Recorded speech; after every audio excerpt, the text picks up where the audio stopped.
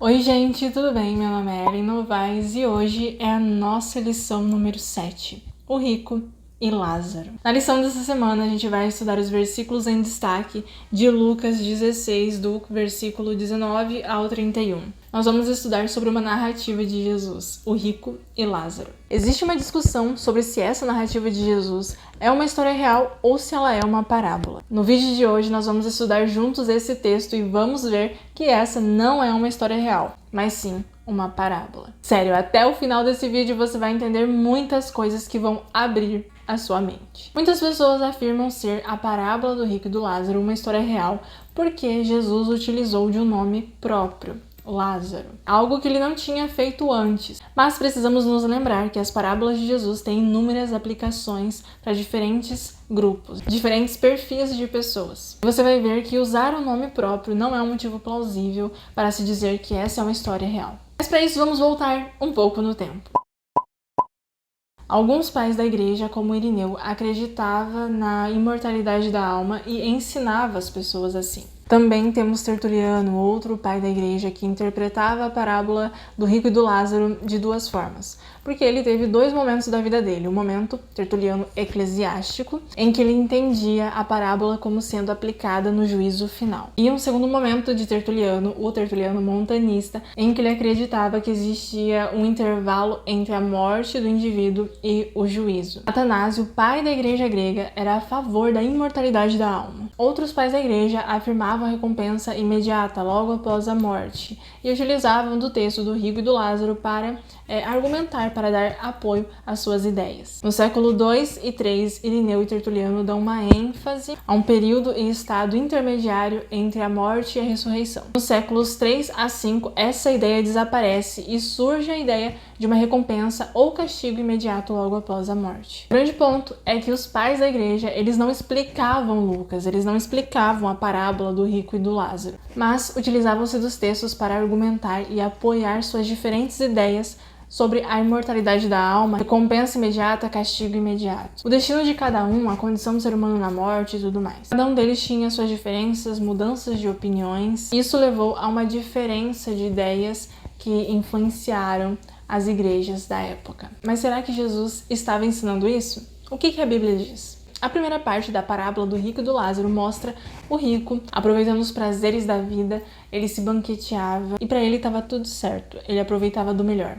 Porém, depois da morte, ele sofreu e era atormentado nas chamas. Já Lázaro, em vida, era um mendigo e ele passava por algumas dificuldades, ele sofria, passava fome, era coberto de úlcera e tudo mais. Mas depois da morte dele, ele foi levado pelos anjos ao seio de Abraão. E lá as coisas mudaram. Ele aproveitou. Depois, o rico pede a Abraão que envie Lázaro para seus irmãos, para os vivos, para que Lázaro avise eles do que acontecia após a morte, para que eles não tivessem o fim do rico. Abraão responde que eles têm Moisés e os profetas como testemunho. O rico insiste que seja enviado alguém aos vivos e Abraão finalmente responde: se eles não escutam Moisés e os profetas, mesmo que um morto ressuscite, eles não se converterão, eles não ouvirão.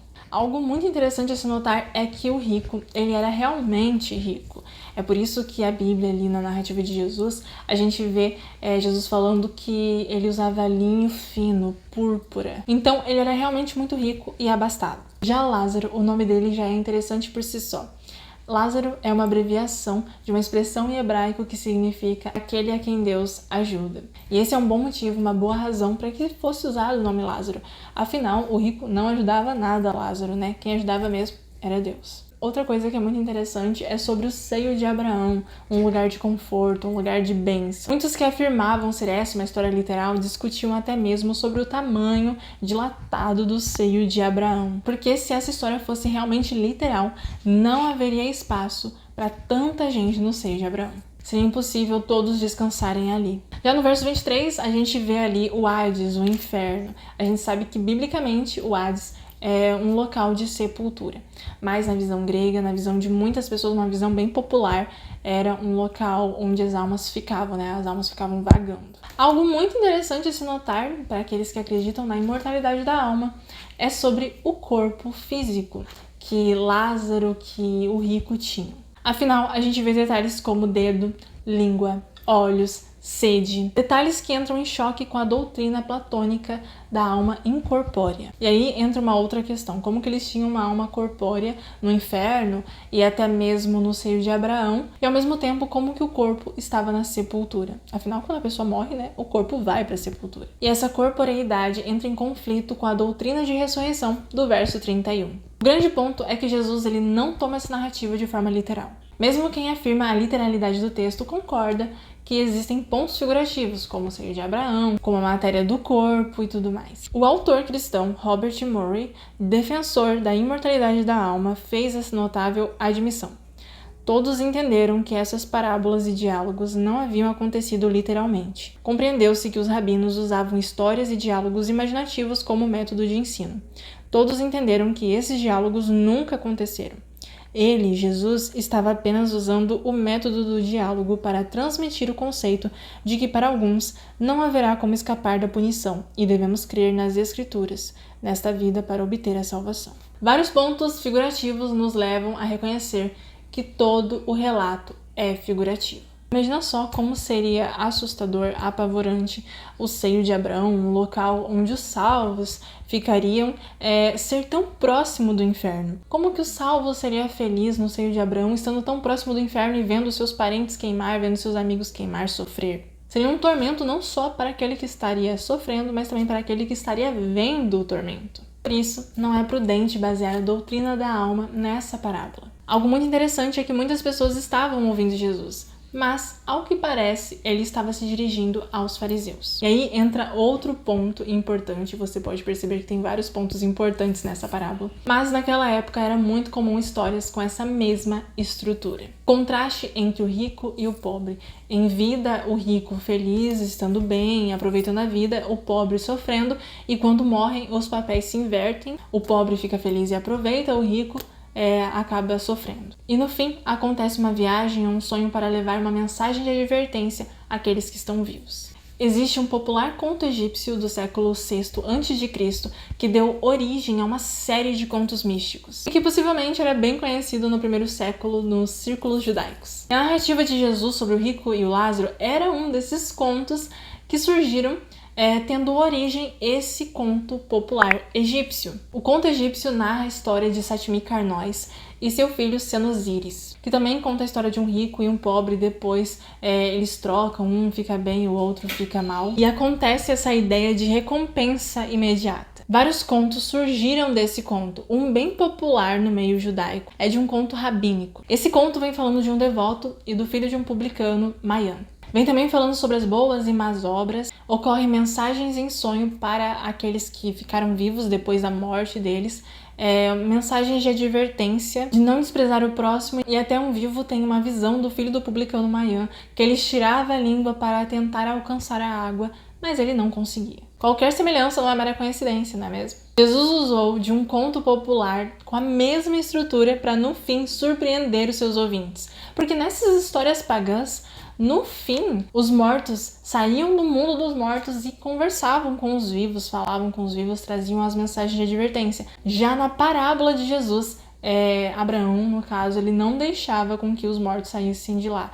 E as pessoas, elas precisariam ouvir Moisés e os profetas, porque mesmo que o morto ressuscitasse, não adiantaria nada, elas não ouviriam se elas não ouvissem Moisés e os profetas. Então os mortos, eles não voltavam para falar com os vivos. Algo surpreendente, porque nos outros contos, com a mesma estrutura, os mortos voltavam para falar com os vivos. Algo muito importante de se notar é que depois dessa parábola realmente aconteceu uma ressurreição de um Lázaro, mas não foi o Lázaro da parábola, né? Foi o Lázaro, irmão de Marta e Maria. Depois de 4 dias morto, Jesus ressuscitou Lázaro. E o que aconteceu? A gente estudou na lição passada. Muitos não creram em Jesus, mesmo Jesus ressuscitando um morto. Se eles não ouviram Moisés e os profetas, então não iriam acreditar, não iriam crer em Deus, mesmo ele ressuscitando um morto. É bem possível que Jesus tivesse previsto isso com sua onisciência, e por isso que ele colocou o mesmo nome na sua parábola, o nome de Lázaro, porque ele sabia que ressuscitaria um Lázaro. E tinha essa ligação sobre crer e não crer. Ao contrário do que muitos pensam, essa parábola não pode ser usada como argumento da imortalidade da alma, devido a tudo isso que a gente trabalhou durante esse vídeo, que com certeza você entendeu, né? Ficam algumas lições importantes em toda essa parábola que Jesus contou. que nós devemos ouvir a Deus, nós devemos prestar atenção na palavra de Deus, nós devemos estudar a palavra de Deus e obedecer. Porque se nós não vemos, se nós não obedecemos, se nós não cremos naquilo que está na nossa frente, que nós conseguimos ver, então como que nós vamos crer naquilo que é sobrenatural? Todos os dias Deus nos dá motivo para crer, para obedecer. Não precisa de algo sobrenatural para nós crermos em Deus. E outra grande lição é que nós devemos cuidar daquilo que nós temos. Devemos cuidar das bênçãos que nós temos e como nós estamos sendo canal de bênção para outras pessoas. Deus nos pedirá contas de tudo que nós fazemos com os nossos bens. E na lição diz o seguinte: o rico recebeu os abundantes recursos de Deus durante a vida, mas os guardou de maneira egoísta para si mesmo. Ele não maltratou Lázaro nem o chutou por baixo da mesa. Ele até permitia que Lázaro comesse as migalhas que caíam da sua mesa. O pecado dele foi ignorar Lázaro, o que chamamos de pecado de omissão. Lembre-se, a nossa escolha de salvo ou perdido é em vida. É em vida que nós nos decidimos de que lado que nós estamos, quem vamos obedecer. Não há outra chance após a vida. Enquanto a vida há esperança, mas após a vida não há nenhuma chance para a salvação. Por isso, use todos os dias da sua vida para fazer o bem a outras pessoas e principalmente para aceitar a salvação por meio de Cristo Jesus, porque somente por meio de Cristo Jesus é que podemos ser salvos. Somente pela fé em Cristo Jesus é que podemos ser salvos. Não deixe a oportunidade passar, porque é em vida que nós decidimos o nosso destino. Vamos orar? Senhor, muito obrigada pela lição de hoje. Obrigada, Senhor, por tudo aquilo que nós temos aprendido, que o Senhor possa nos ajudar a colocar em prática e ensinar outras pessoas também. Obrigada pela esperança e pela salvação por meio de Cristo Jesus. É em nome de Jesus que nós oramos. Amém. E é isso, eu espero você na próxima lição. Não se esqueça de compartilhar esse vídeo, de deixar seu like e de comentar o que você achou da lição dessa semana, o que você tem aprendido. E a sua rede semântica também, se você quiser deixar a sua rede semântica aí nos comentários, pode deixar, que a gente vai ver, a gente pode trocar redes semânticas aqui. E é isso, espero você na próxima lição, na próxima semana. Tchau!